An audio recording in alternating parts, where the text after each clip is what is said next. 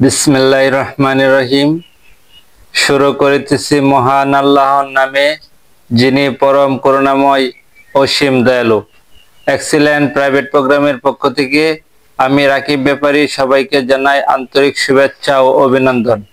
Excellent private প্রোগ্রামের ধারাবাহিক প্রক্রিয়ায় নবম ও দশম শ্রেণীর হিসাব বিজ্ঞান তৃতীয় অধ্যায়ের নাম হলো দুতরফা দাখিলা পদ্ধতি।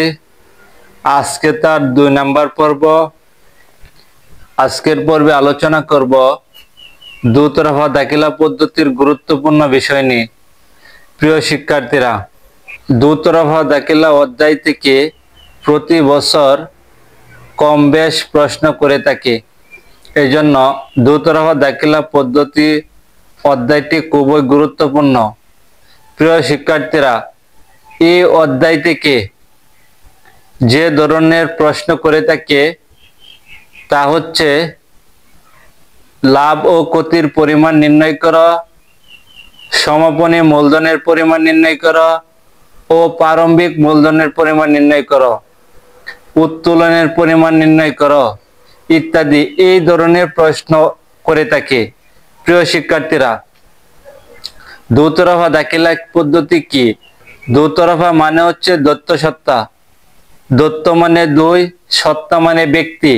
2 ব্যক্তির মধ্যে যে লেনদেন সংঘটিত হয় তাই হচ্ছে দত্ত সত্তা অথবা দুতরফা দাখিলা পদ্ধতি। প্রিয় শিক্ষার্থীরা,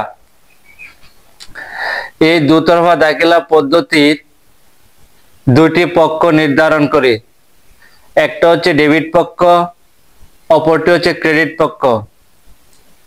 2টি পক্ষ ছাড়া কখনো লেনদেন সংঘটিত হয় না। একজন সুবিধা প্রদান করে আরেকজন সুবিধা গ্রহণ করে। এই জন্য এই দুতরফা দাখিলা পদ্ধতিটি খুবই গুরুত্বপূর্ণ, শুধু এই অধ্যায়ের সাথে সম্পৃক্ত নয়।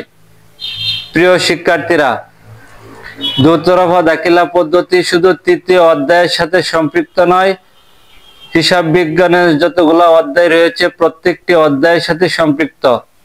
এই জন্য আমাদের এই তৃতীয় অধ্যায়টি খুবই মনোযোগ সহকারে পড়তে হবে এবং বুঝতে হবে। প্রিয় শিক্ষার্থীরা, দুতরফা দাখিলা পদ্ধতি নিয়ে আমি এর আগের পর্বে বিস্তারিত আলোচনা করেছি। তোমরা চাইলে আগের পর্বগুলো দেখে আসতে পারো। প্রিয় শিক্ষার্থীরা, এখানে আমি তোমাদেরকে বোঝানোর স্বার্থে বোর্ডে আগে থেকে লিখে রেখেছি। প্রিয় শিক্ষার্থীরা, লাভ ও ক্ষতি। আমরা লাভ ও ক্ষতি প্রশ্নে বলবে যে লাভ ও ক্ষতির পরিমাণ নির্ণয় করো। তখন লাভ ও ক্ষতির পরিমাণ নির্ণয় করতে হলে সমাপনী মূলধনের সাথে উত্তোলন যোগ করব এবং প্রারম্ভিক মূলধন বিয়োগ করব। এখন সমাপনী মূলধন কেমনে বের করব? প্রিয় শিক্ষার্থীরা, আমি এখানে সমাপনী মূলধন কিভাবে বের করতে হয় লিখে রেখেছি। সমাপনী মূলধন সমান সমাপনী মোট সম্পদ মাইনাস সমাপনী মোট দায়। সমাপনী মোট সম্পদ সমাপনী বছরের শেষে যে সম্পদগুলা আমার গোডাউনে রয়েছে বা দোকানে রয়েছে, ওই সম্পদ কত টাকার সম্পদ রয়েছে তা আমরা কি করব? বের করব। তারপর মোট সমাপনী মোট দায়, বছরের শেষে কত টাকা আমার দায় হয়েছে ওই দায়ের গুলা হিসাব করে আমরা বের করে তারপর সমাপনী মোট সম্পদ থেকে সমাপনী মোট দায় বিয়োগ করলে আমরা যা পাবো তা হচ্ছে সমাপনী মূলধন। প্রিয় শিক্ষার্থীরা, সমাপনী মূলধনের সাথে উত্তোলন গুলা যোগ করব এবং বিয়োগ করব প্রারম্ভিক মূলধন এবং অতিরিক্ত মূলধন। প্রারম্ভিক মূলধন কোনগুলা? প্রারম্ভিক মানে হচ্ছে বছরের শুরুতে অথবা মাসের শুরুতে। বছরের শুরু জানুয়ারি, মাসের শুরু জানুয়ারি 1 তারিখে যে লেনদেন সংগঠিত হয় তা হচ্ছে প্রারম্ভিক।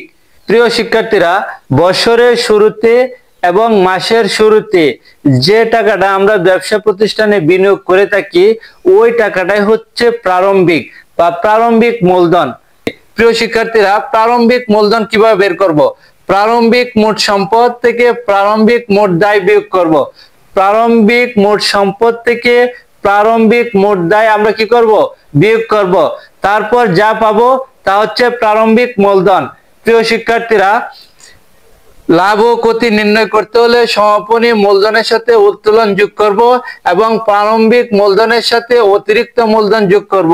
করার পর সমাপনী মূলধনের থেকে প্রারম্ভিক মূলধন বিয়োগ করে যা পাবো তা হচ্ছে লাভ অথবা ক্ষতি।